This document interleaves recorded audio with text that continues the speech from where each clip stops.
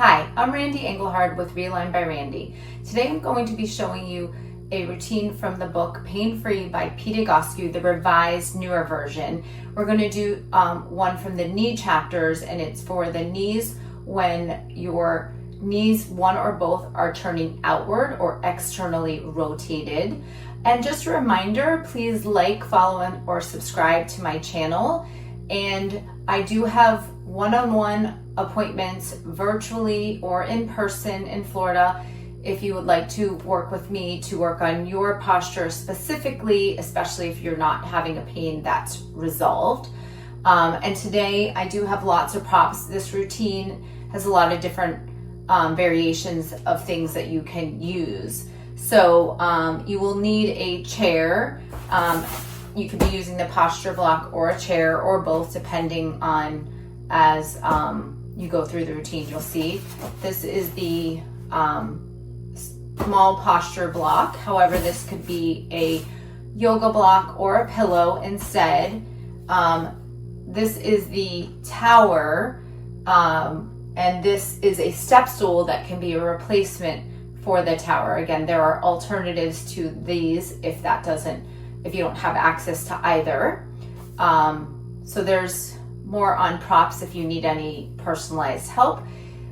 Just a reminder, as always, any of these routines or exercises, you should get clearance from your doctor. If you have any pain while you're doing each exercise, I would skip it. There's no reason to do any of these exercises that is aggravating pain. That is why I show some modifications, but always can skip an exercise if needed. And then as your body is feeling better, then you can add ones back in. Do the exercises in order. If anything, if you're running low on time, better to do the exercises for less time or repetitions rather than skipping exercises, because it's designed as a sequence. I think the only exception to that is the last main exercise in this routine, the supine groin progressive, does take a lot of time, and I do find that people can still get benefit from a lot of the routines without having that in. If you're really struggling with your symptoms, it is very beneficial to add it in, but that is, otherwise I would do my best to do any exercise that doesn't cause pain in the sequence and follow it through. Okay, first up is flexion knee pillow squeezes. You will need either a posture block or you can use a yoga block or a pillow instead, and a chair or something about chair height to sit on. So this exercise, you want to align yourself, feet nice and parallel by the outsides. The feet are now in line with the center of the hips. That's your alignment. Now, this one, you're going to just relax your pelvis. We're actually trying to take the work out of our back. You can engage your shoulder blades back a little bit, but the idea is to relax your abdominals. I'm going to grab my my posture block, and I'm going to squeeze and release. So the idea is to just work the inner thighs. I'm going to move sideways also to show you. So if you've ever seen sitting knee pillow squeezes, there's a creating an arch in your low back. This exercise is creating more flexion and letting this relax. And we're just trying to relax these muscles. We can draw shoulder blades back a little bit just so you're not totally rounded. It doesn't look so much like he's bringing his shoulder blades back in the picture. So you can kind of make a choice on that. And then you are squeezing and releasing, squeezing and releasing. So there is an exercise where everything is rounded in the posture program, so you can do that as well. Again, very different than the sitting knee pillow squeezes in terms of position, but the leg part is the same, and the idea is to turn on and turn off. I'm going back to this position so I can face the camera. So we want to be even with our inner thighs. We are going to do 3 sets of 10 of these squeezes.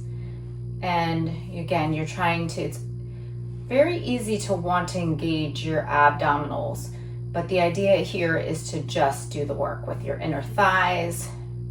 And as you go through your sets, the inner thighs should be engaging more evenly. And the purpose of this exercise is to get the inner thighs or the adductor muscles doing their proper job instead of being walking muscles or gait muscles. And I'm going to go ahead and sit up and explain this a little bit better. But what happens when we're walking, when your knees are turned out, a lot of times these muscles are helping propel us more forward, as opposed to their job as more of a stabilizing job as we walk through with one leg, stabilize, and then swing through with the other leg. So that's the purpose of this exercise, to help with knee pain. Moving on. Next up is static back. This exercise, you will need something like this. This is the large posture block, or a chair, or an ottoman, or something that you can rest your legs over, and then you can use this as something that helps even the legs out, but that could be a folded blanket or a pillow. So I'm going to go ahead and get into position so I can explain more. I also like having a folded towel for a lot of my patients. It has to do with the head position. That's a great modification depending on your posture. Okay, so I get into the 90-90 position. For me, this height is good. If I needed this angle, this is what I'm talking about, here and here, to be different, I could put this on, or I could flip this for different heights.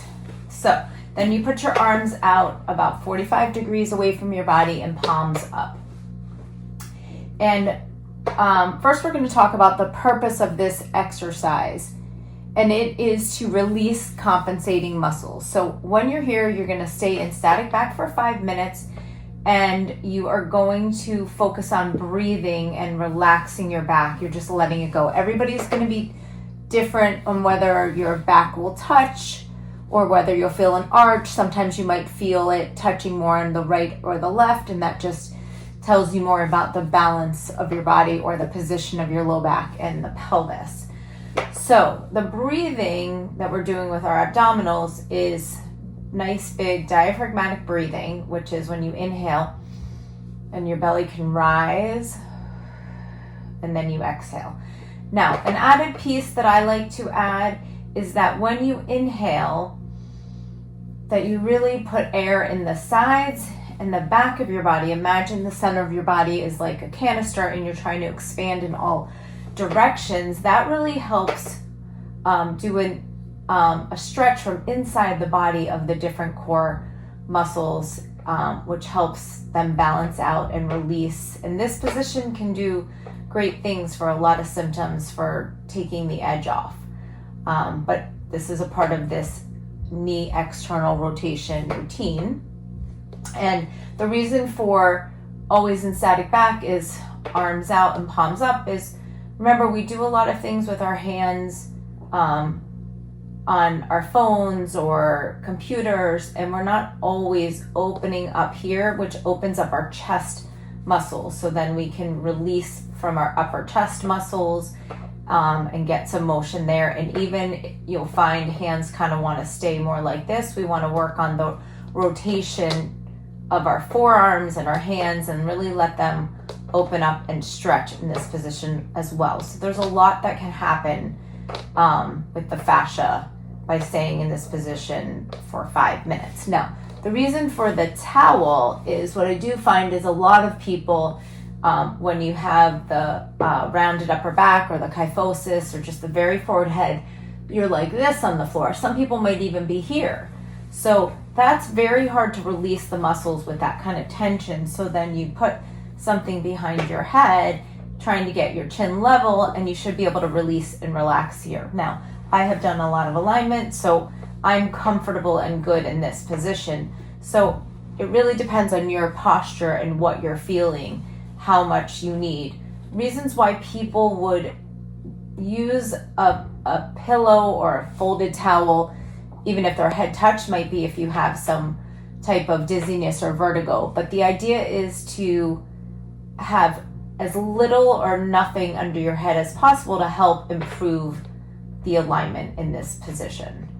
But you do need to modify and listen to your body.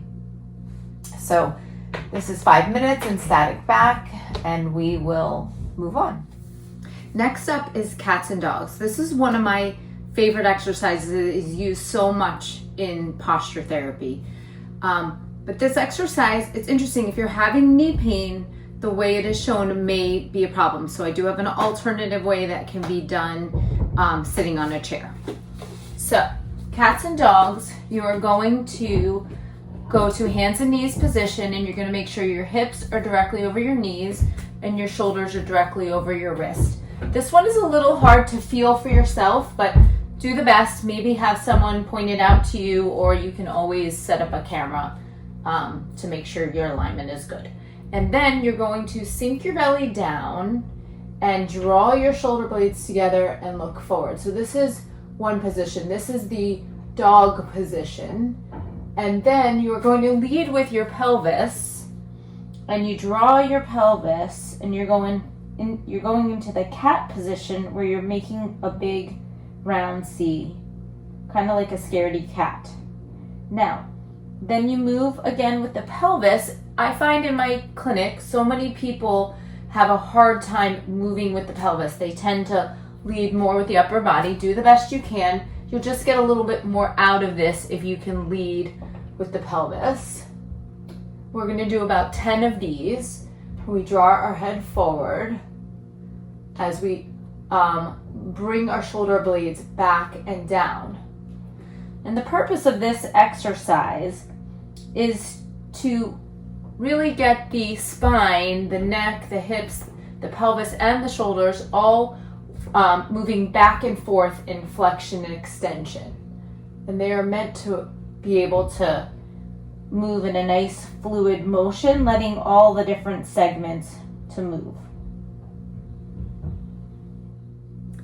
Next up is static extension. This exercise, you can use this is the posture block. I turned it the other way. This could still be a normal chair height, but if you have something lower like an ottoman or a lower bench, you can use that.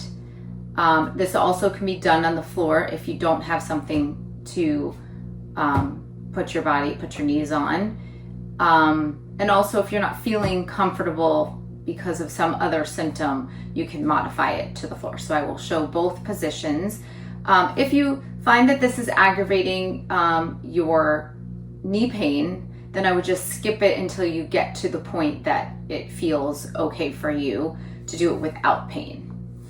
So in order to do this exercise, I'm going to go ahead and come up on the block. And so I start on the block, I put my hands on the ground, and I kind of come into shoulders right over the wrist position, but then I'm going to move my hands about 5 to 6 inches forward, or about a hand width forward. And then I'm going to shift my weight so my shoulders are directly over my wrist. Now, something that will happen sometimes is people are too far, and then you kind of lose this angle. So I'm just going to reposition myself. So now my hips are in front of my knees, but they're not so far forward. Now, I am going to create this arch in my low back. That's a big part of it. It's drawing your shoulder blades together, which sometimes people don't easily have that function at first. That takes some work in releasing the muscles. And then you drop your head, which is typically very comfortable, but again, be mindful of any vertigo type issues and listen to your body. And you're going to stay here for 1 to 2 minutes.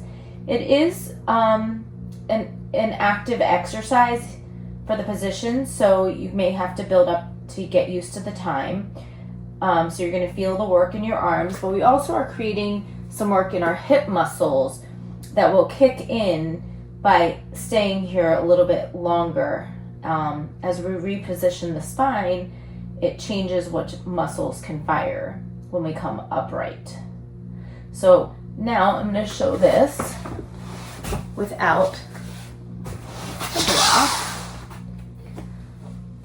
same concept, just starting on the ground in your hands and knees, neutral position, shoulders over the wrist, hips over the knees, not too wide on your knees. And then you move your hands forward about a hand width or 5-6 inches, and then shift your weight so your shoulders are directly over your wrists. And now my pelvis is in front of my knees. And then I arch my back, kind of just dropping your belly, and draw your shoulder blades together, really let your head drop. And again, the shoulders aren't up here in your ears, they're really drawn back and down. And then staying here 1 to 2 minutes. Next up is standing quad stretch. Now this exercise is going to help balance the quads and the hamstrings, or the front of the thigh and the back of the thigh muscles, which then will balance out the pelvis and torso. So this is a very powerful exercise. Again, be mindful with any knee pain. So I've got a lot of props to show different levels with this exercise. It really depends on your flexibility and also the range of motion of your knee and how this is going to work for you. Now, I happen to have this step ladder, so I'm going to show that for something to hold on, but this could be your kitchen counter or something else that's higher than necessarily the back of a chair, or you can use the back of the wall. You can use the wall for holding on to. So I'll show a couple different ways. Now, I'm showing the posture block to start for someone like me who has done a lot of alignment and I have a lot of motion. So I'm going to put my leg up on the block, and the idea is to have both of the thighs in line with each other. So we're not trying to, you need to be at a lower level. If this is where your knee is at, then you would want your foot on something lower. So I'm making sure my bottom foot is nice and parallel and straight and not turned out. So that way we're getting a nice even pull on every muscle. And then we are going to be tucking the pelvis under, being mindful that our head is loaded on top of our shoulders. Relax your shoulders down. And then one of the keys here is to make sure your down leg is active. I'm going to demo from this direction. So I'm going to use the wall. So if I put my leg up like that, I want to be mindful that I'm not dropping this hip, so I can activate here, still tuck under my pelvis, relax my shoulders. I'm actually going to just switch sides to stay balanced. And again, you may feel different with this down hip on which one needs to work. So again, this is the correct position, activating here, not letting this drop, tucking under with my pelvis, and then hands in front. You could do this with nothing, but I really do think having support is more important so that everything can be nice and even and loaded. I'm checking my foot is parallel, checking that my knees are in line, and relaxing my shoulders. Now, modifications. So you can use a chair height. So we've got that height. You could put something on your chair to get a little higher. And if you don't have the block and you are taller or more flexible, you could turn around and do, now this is a little high for me and I would put a little towel under my foot, but if I needed more stretch, then this is how you could do it. Again, more important to make sure you can feel even, tuck your pelvis under, than it is to go so high that you're compensating, because the whole purpose of this is to balance muscles out in the body so that when you're upright, walking and moving around, there's less imbalance and pull, which can improve any symptom, especially the knee in this particular routine. Next up is standing forward bend. This exercise is helping to balance the muscles on the front and back side of the body and helps to create stability in our pelvis. So I'm going to show this exercise more from the side view, but to start, your feet will be nice and parallel by the outsides of your feet. The distance of your feet is hip width, and we call it center of the hip down for the hip width, not this wide. So we want to be here, stand nice and tall and loaded. So I'm going to turn sideways for this view. Take your hands, your palms, and put them on your low back and a little bit into your butt area. Then you're going to create an arch in your low back. So the hands will stay here, but the arch is coming from this low back area. And then you're going to engage your shoulder blades in the back, draw your elbows together. This is all going to really engage the back side, the back extensor muscles. And then we lean forward as far as you can while keeping that arch. Keep your knees straight. Don't need to hyperextend, just knees straight. And then you go as far as you can. You're going to hold this for a minute. You are looking forward. You're really engaging these elbows back and shoulder blades working. And we hold this for a minute, and then we come back. And you'll really feel some waking up of the muscles on the back side of the body. Moving on. You'll have a second set of cats and dogs to do in this routine, so I'm just going to review that you get onto your hands and knees, hips over knees, shoulders over wrists. And again, the idea is to move from the pelvis and drop your belly down, engage your shoulder blades, dropping your, lifting your head, your shoulder blades come together. And then we're going to move the pelvis the other way. This is where you drop your head down, big rounded C, and then we're going to go back and forth in this motion. Again, leading with the pelvis, going nice and slow so that can happen, and dropping the pelvis back down, then draw the shoulder blades together, and then really lifting up the head. And again, mindful that the shoulders aren't up into the ears. Doing this 10 times. And again, the alternative is sitting in the chair, cats and dogs, if it is bothering your knees in order to do this. And as you are feeling better, then you can work onto the hands and knees. Next up is progressive supine groin. This exercise improves the flexion and extension of the leg muscle while helping reduce the compensating rotation and lateral movement in the leg. And this exercise takes some extra time, but it is a key part that can really help with a lot of symptoms in the body because it takes a while to do. You're slowly releasing the muscles and the fascias, and they have the ability to get a better length position that lasts longer than a shorter stretch of a muscle. So that's the reason to do this exercise. Now, in the book, it shows the tower, which is part of the posture therapy method or part of the Egoscue technique. I do have a step ladder to show as an alternative. There are some other ways you can do this. Now, I have the large posture block to use, but this could also be a chair. And to get the height right for one leg that's up on the chair or block, you might need a pillow or a folded blanket or something, or a folded towel to help get that positioning. If you are using a stepladder to do this, you might want to put a shoe on that keeps your foot a little more stable. And you can also use a towel right here. I'm going to grab my towel. When you are positioning, I will show you this a little bit more, but a towel helps kind of hold the foot in place.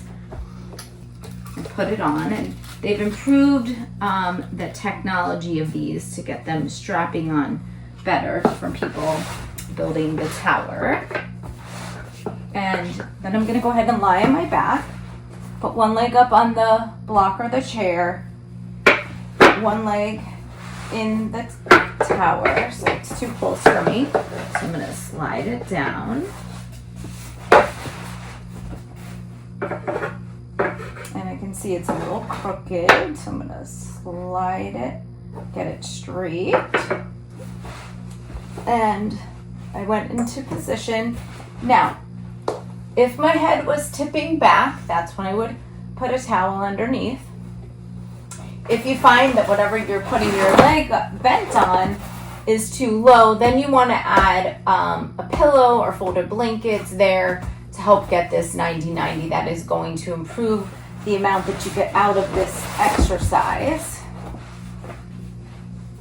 And then we get into position. You're going to be doing 3 minutes per level. But I do find that in the clinics, clinical practice, we're using more like 5 minutes or even longer for a level, especially initially to help release the tight muscles. So what's so important about this exercise is the release of the iliopsoas, the hip flexor muscles, very gradually lengthening the muscles, the fascia that's on the same line. And this slow stretch actually allows these muscles to stay in a longer position, a better position and for a longer period of time versus a shorter time spent in a stretch. Now, when you get in this position, your low back may not be touching the floor. Some people, it may be touching the floor, and you may feel it more on one side than the other because you're in different positions and also depending on your spinal balance. But the idea is the longer you stay in that position, then your back will be more relaxed and touching, and then you'll know that you've gotten a good release. So that is one way to tell, is that when your back is more touching the floor, then you move on to another level. And that may take 5 minutes, 7 minutes, or 8 minutes. Sometimes people will do top, middle, and bottom, and then it also can be every level. It all depends on the timing, but an important factor is to do both sides. Make sure that you plan the time so that you can do both sides, and if you have 40 minutes, then make sure however you divide up your time is 20 minutes per leg, and then you can figure out your levels. Or if you have an hour, just plan your time accordingly so you don't get up and feel imbalanced afterwards. So if you have knee hyperextension, this is how, if you're using the tower, you would maybe just do the floor level. Or it could even be that you're not in the tower and you actually have your foot more on the ground with something resting next to it. Sorry. Even if this was just resting here. And you could block your foot. It could be a wall, could be a yoga block with a weight. But having your foot more on the ground, if you're hyperextending, may be more comfortable. And then you spend more time in this one position on each leg, like 10 or 15 minutes, instead of doing the different levels. So that is supine going progressive. I am just going to switch sides for a moment to balance myself out. I was not in this that long, but I'm going to do that because it's good measure. And actually what I'm going to do is I'll do the other side with the step ladder. So I'm going to flip around and I will bring this back over.